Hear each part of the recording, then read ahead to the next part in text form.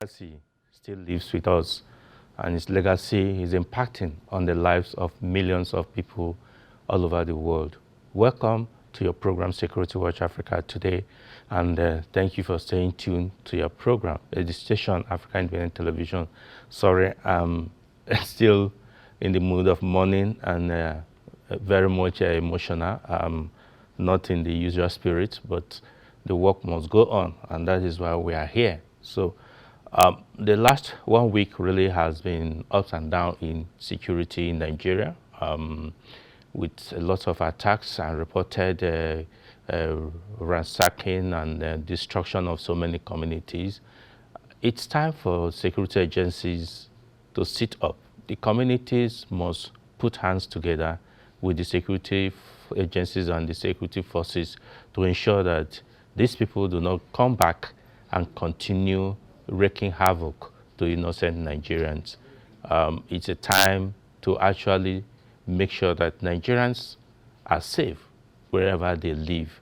And it's also time for us to ensure all forms of bitterness and know that we are in this country together because God has put us in this country. So we must work together to ensure that peace reigns. Without peace, there can't be any development. And that is our message to all Nigerians and all over the world, Africa, all over. Yesterday, I had an interview with an international media talking about the troubling world insecurity across so many countries, mentioning France, Sudan, and other countries. But we must all make sure that peace reigns and people are safer than it used to be. Yeah, let me go back talking about peace reigning and people feeling safe. During the week, the Army War College Nigeria held a symposium, which is very, very important and germane, I must say, because it is to educate the middle-level operational officers on what to anticipate or what to expect in future, and learning from the experiences of the past. The theme had to do with the past Nigerian Civil War, the lessons and the challenges of the past Civil War. Sit back as we bring you this report by Shuli Daniels.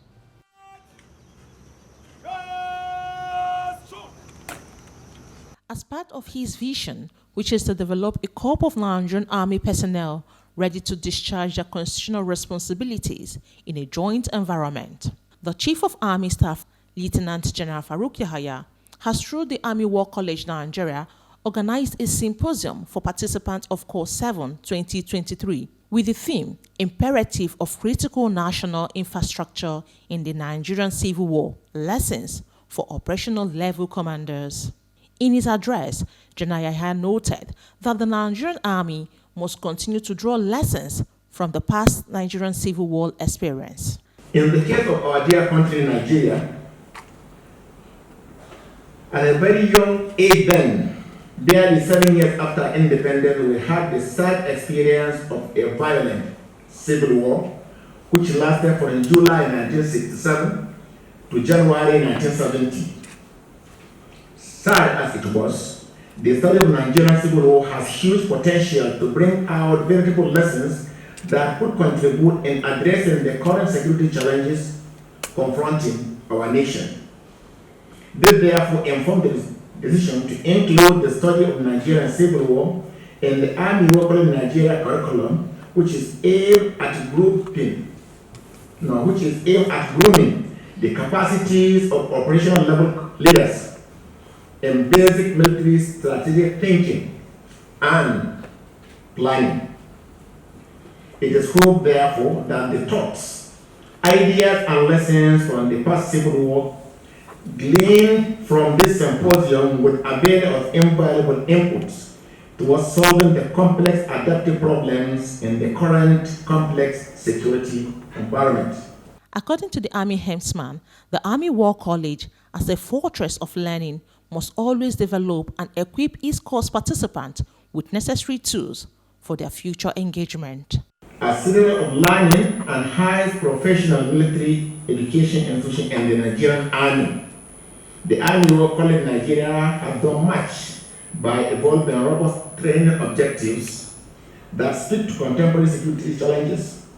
Indeed, the college is very much aware that in both the areas of research and knowledge acquisition, as well as in fighting current security challenges, no single stakeholder or actor can, by themselves, achieve meaningful success. Continuing, the Chief of Army Staff remarked that security challenges has contributed to underdevelopment of Nigerian society.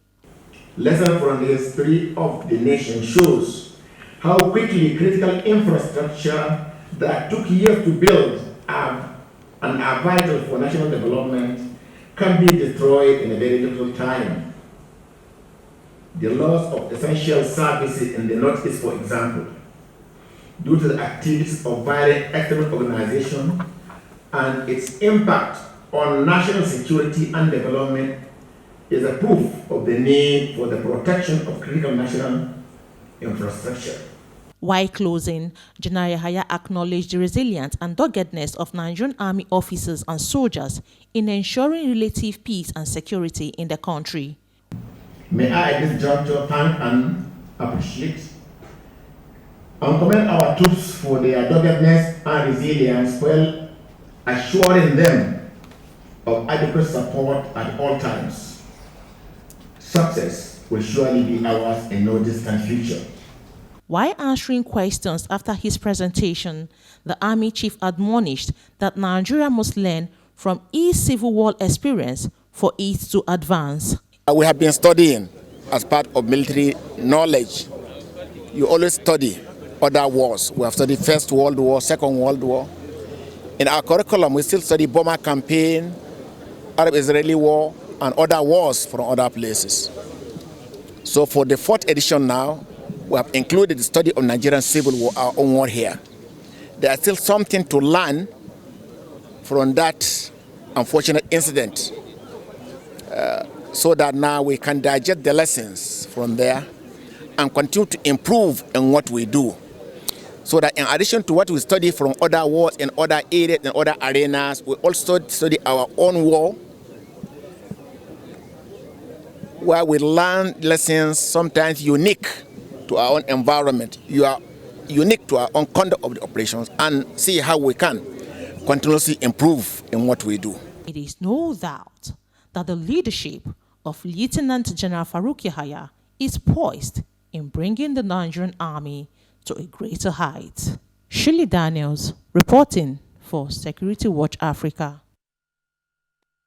Welcome back. There is need for all of us to learn from past experiences for us to be able to move forward better with more information, more awareness of how to avoid the troubles of yesterday. Yes, that brings me to our interview with a former Deputy Inspector General of Police, Nigeria Police Force, a man who was in charge of research and planning of the Nigerian police. He superintended over so many elections, most particularly Edo State and Ondo State and Edo State governorship elections. And we spoke to him to find out what is the experience being in the police. What should the people, the younger ones, learn? How can they avoid getting into trouble? For Nigerians to know a bit of how Nigeria Police operates. Sit back as we bring you this interview with Deputy Inspector General of Police, retired though, but not tired, Adeleye Oyebade. Sit back. Police job gives you opportunity to expose your person, your personality, and your approach to managing crime. And that is why, if you look at a crime, can be approached from different perspectives, depending on the person that is investigating. And don't forget, investigation is a skill. If you are talking of the policing job, you have the administrative part of it, you have the operational, and you have the investigation, and then the intelligence. Now, they are all working together, because without intelligence, you can't get good investigation to do. And if you lose investigation, it it will affect the prosecution. So it's a job that I love to do even before I came in. Like I've said it, the day I got the job, I got another appointment to be a graduate assistant in a university, but I decided I wanted to be in the police. So I didn't make any mistake. So I came in with the passion to do the job. And so it was challenging from the very onset. And like you have said, I've been to all the areas, all the departments that I've worked.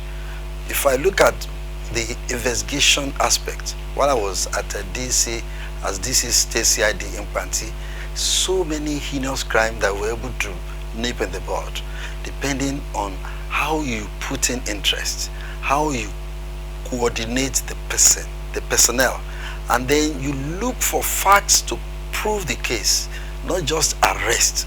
So I want to ask the upcoming officers to look at the importance of forensic information, the forensic results. You don't need to argue it. When it is there, it speaks for itself. When lawyers want to talk, they cannot debate it. I tell you one case. There was an allegation that somebody died, and then the other man who is alleging the Oba said it was the Oba that is suspecting, that they used the man human sacrifice. But in our own way of investigation, we have gone there to scrape the blood, and we did forensic tests, and it showed that it is human blood. And other people said, no, we did human sacrifice. So what am I saying? We must think outside the box, not arrest before you investigate.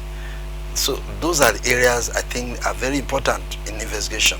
People should be able to gather more information, get intelligence, get their facts right before you go after the suspect you are arresting.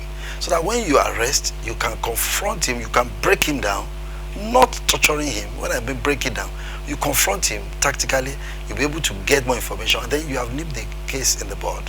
So the interest of the job must be there. Then the area of training and retraining improves how our officers will perform. There are cases where you might have almost succeeded, but you might just need one thing to just finish up.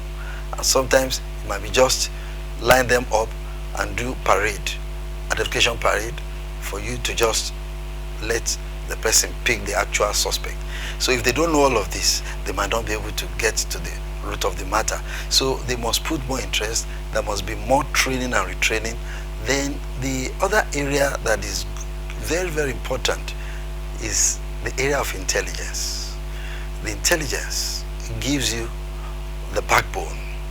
And those are that really worked for me while I was in Abia. Because you recall that as at that time, the IPOB was not proscribed.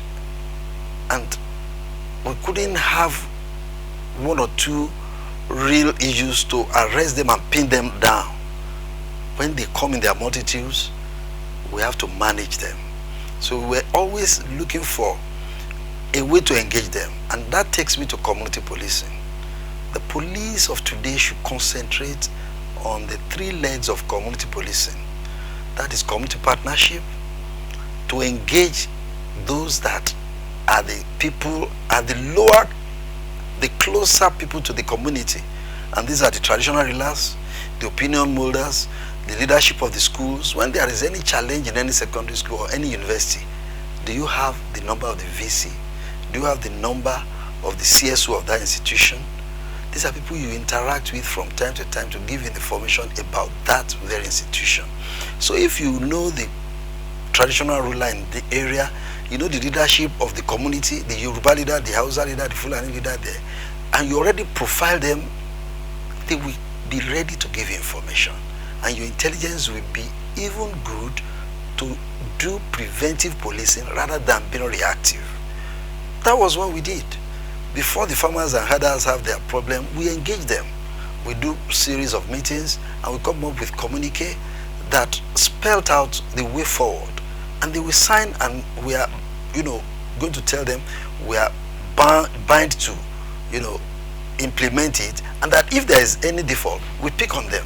So they know that they are participating with us. With the participatory policing, in a democracy, you must let the community participate. The PCRC should be extended towards just being PCRC meeting and taking photographs, all of that. We must practice it to the core. So the community policing must have community involvement, community partnership, and then the transformation, the organizational transformation of it is engaging the use of IT. That is, if you're able to get the community that have issues, the leadership, after having meetings with them, you profile them, you have their details, their phone number and all of that, follow them up, let them give you follow-up if they have intelligence. You are building confidence in them for them to come up to you and to tell you information. And you don't need to disclose the source of your information towards or whatever investigation you are doing. By so doing, we're able to do a lot of prevention.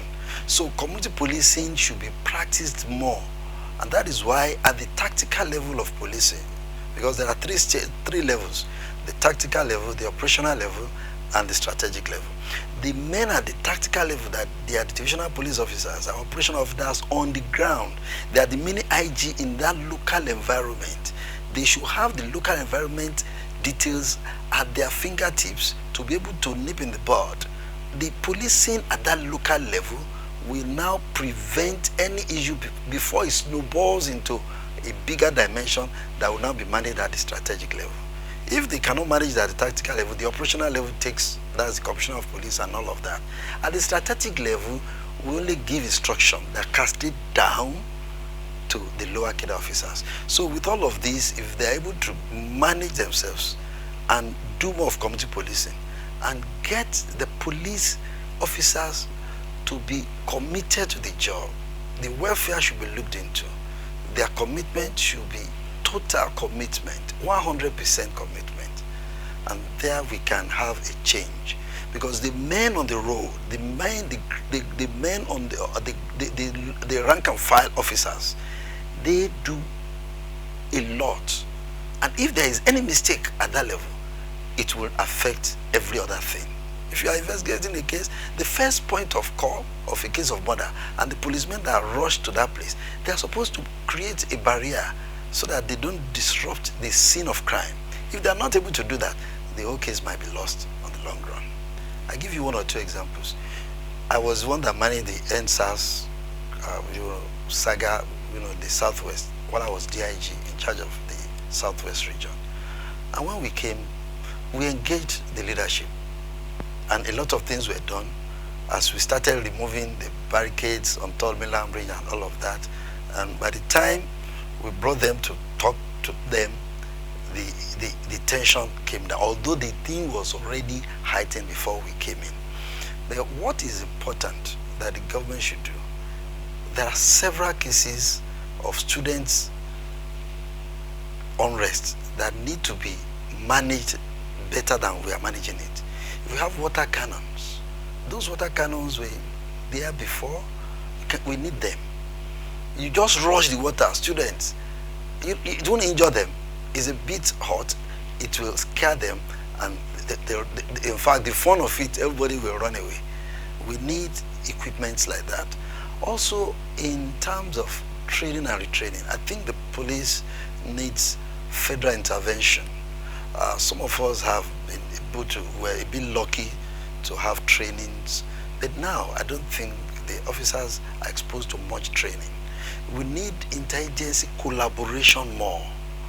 Inter-agency collaboration, even in terms of training. There are courses we do. While I was getting promoted to CSP, we call it Operation Ask a Pew. We always go to Jaji, and that made us to interact with the military, and that training is prepared for situations where there are crises and the police cannot manage it again.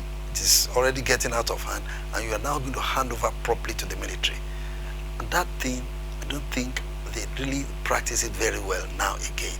They need to revisit that area, because you see that the Nigeria of today, you have more of the military intervening in a lot of situations, like in the plateau and the southwest, northwest and northeast area where we have tension.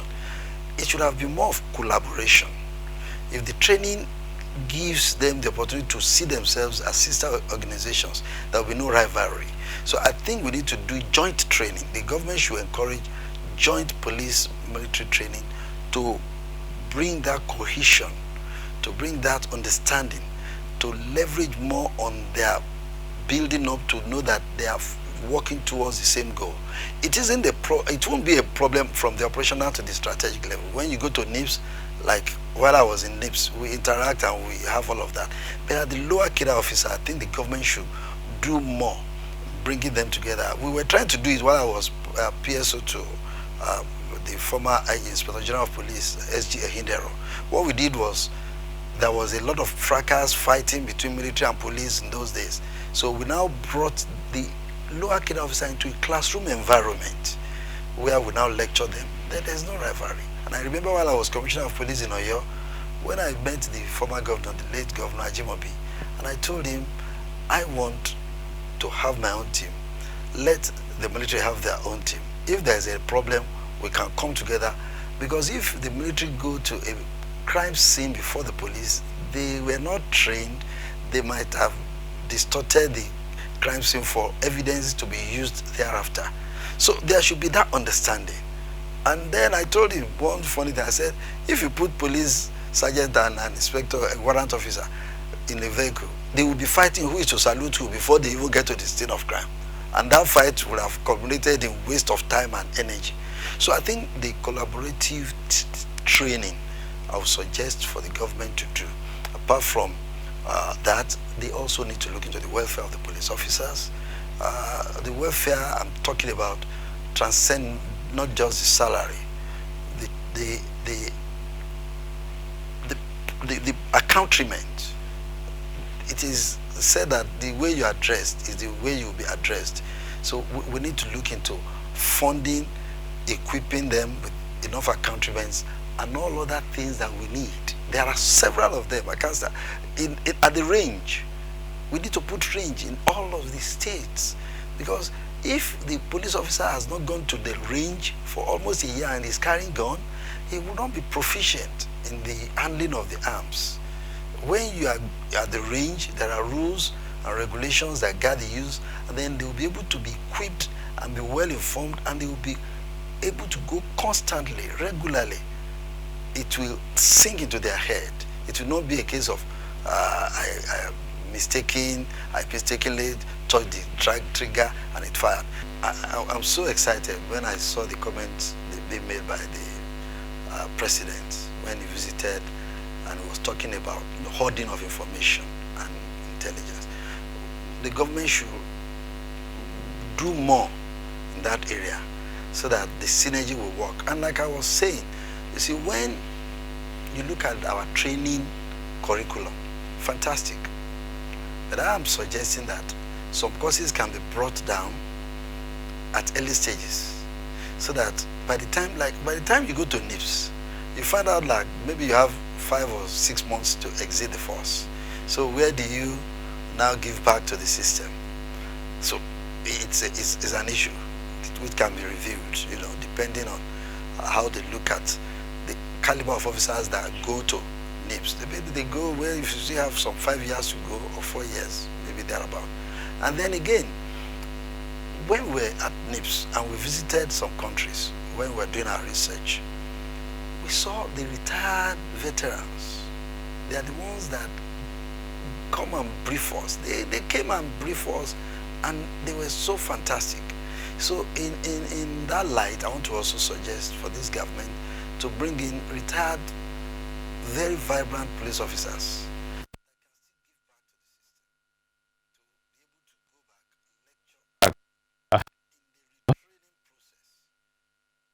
Communicate this interview next week. We decided to allow him to speak because he spoke on a wide range of issues that are very, very important. And it's time for us to learn. It's part of security and information that we'll provide to everybody who watches this program, both online or direct or via this television channel. We must leave for other programs to continue. Please, the program for the burial of High Chief Raymond Okwesi is already out. Make plan to attend. For some of you who will attend, there will also be online streaming of the burial activities. It's a sad moment, but we know that with your support, the station, that communication will go stronger than as it is now. Until we come away again next week, I say thanks for staying tuned. But don't forget to follow us on all our social media platforms. Watch this program and other previous editions on our YouTube channel and the live streaming on Facebook. Until we come again next week, I say thanks for staying tuned and bye for now.